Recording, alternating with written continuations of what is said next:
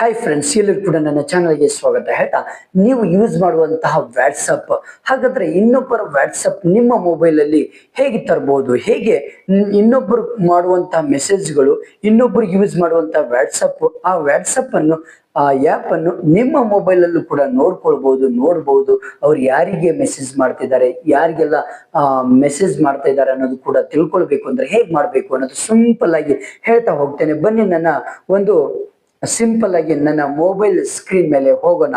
ನನ್ನ mobile screen ಮೇಲೆ ಬನ್ನಿ. ಇಲ್ಲಿ ಸಿಂಪಲ್ ಆಗಿ ವಾಟ್ಸಪ್ ಓಪನ್ ಮಾಡಿದ್ರೆ ಇಲ್ಲಿ ಬರುತ್ತೆ. ಸಿಂಪಲ್ ಆಗಿ ವಾಟ್ಸಪ್ ಓಪನ್ ಮಾಡಿದ್ಮೇಲೆ ನಿಮ್ಗೆ ರೈಟ್ ಸೈಡ್ 3 ಡಾಟ್ಸ್ ಸಿಗುತ್ತೆ. 3 ಡಾಟ್ಸ್ ಸಿಕ್ಮೇಲೆ ಸಿಂಪಲ್ ಆಗಿ ಇಲ್ಲಿ ಏನ್ ಮಾಡಿ, ಲಿಂಕ್ಡ್ ಡಿವೈಸ್ ಅಂತ ಇರುತ್ತೆ. ಲಿಂಕ್ಡ್ ಡಿವೈಸ್ ಅಂತ ಅದಕ್ಕಿಂತ ಮುಂಚೆ ನೀವು ಸಿಂಪಲ್ ಆಗಿ ಹೋದ್ರೆ ಸೆಟ್ಟಿಂಗ್ಸ್ ಅಲ್ಲಿ ಹೋದ್ರೆ ಇಲ್ಲಿ ಬಂದ್ಬಿಡ್ತದೆ ನಿಮ್ಗೆ ಆಟೋಮೆಟಿಕ್. ಇಲ್ಲಿ ಬಾರ್ ಕೋಡ್ ಅಂತ ಇದೆ.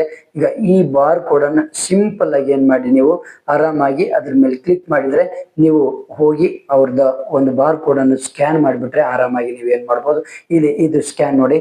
ಈ ಸ್ಕ್ಯಾನ್ ಮೇಲೆ ನೀವು ನಿಮ್ಮ ಮೊಬೈಲ್ ಅನ್ನು ಸ್ಕ್ಯಾನ್ ಕೋಡ್ ಅಂತ ನೀವು ಕೋಡ್ ಮಾಡಿಬಿಟ್ರೆ ಆ ಒಂದು ಇನ್ನೊಬ್ಬರು ಯಾರ್ದು ಬೇಕು ನೋಡಿ ನಿಮ್ಗೆ ಆ ವಾಟ್ಸಪ್ ಏನು ಮೈ ಕೋಡ್ ಅಂತ ಇರುತ್ತೆ, ಅವ್ರ ಮೊಬೈಲ್ ಅಲ್ಲಿ ಮೈ ಕೋಡ್ ಓಪನ್ ಮಾಡಿ ನಿಮ್ಮ ಮೊಬೈಲ್ ಅಲ್ಲಿ ಸ್ಕ್ಯಾನ್ ಕೋಡ್ ಓಪನ್ ಮಾಡಿ ಸ್ಕ್ಯಾನ್ ಮಾಡ್ಕೊಂಡ್ಬಿಟ್ರೆ ಅವರ ಮೊಬೈಲ್ ಅಲ್ಲಿ ಇರುವಂತಹ ಒಂದು ಸಂಪೂರ್ಣವಾದಂತಹ ಒಂದು ಅವರ ಮೊಬೈಲ್ ಒಂದು ವಾಟ್ಸಪ್ ನಿಮ್ಮ ಮೊಬೈಲ್ ಅಲ್ಲಿ ಬಂದ್ಬಿಡ್ತದೆ. ಇಷ್ಟೇ ವ್ಯತ್ಯಾಸ, ಯಾವುದೇ ರೀತಿ ತುಂಬಾ ಸುಲಭ ಇದೆ.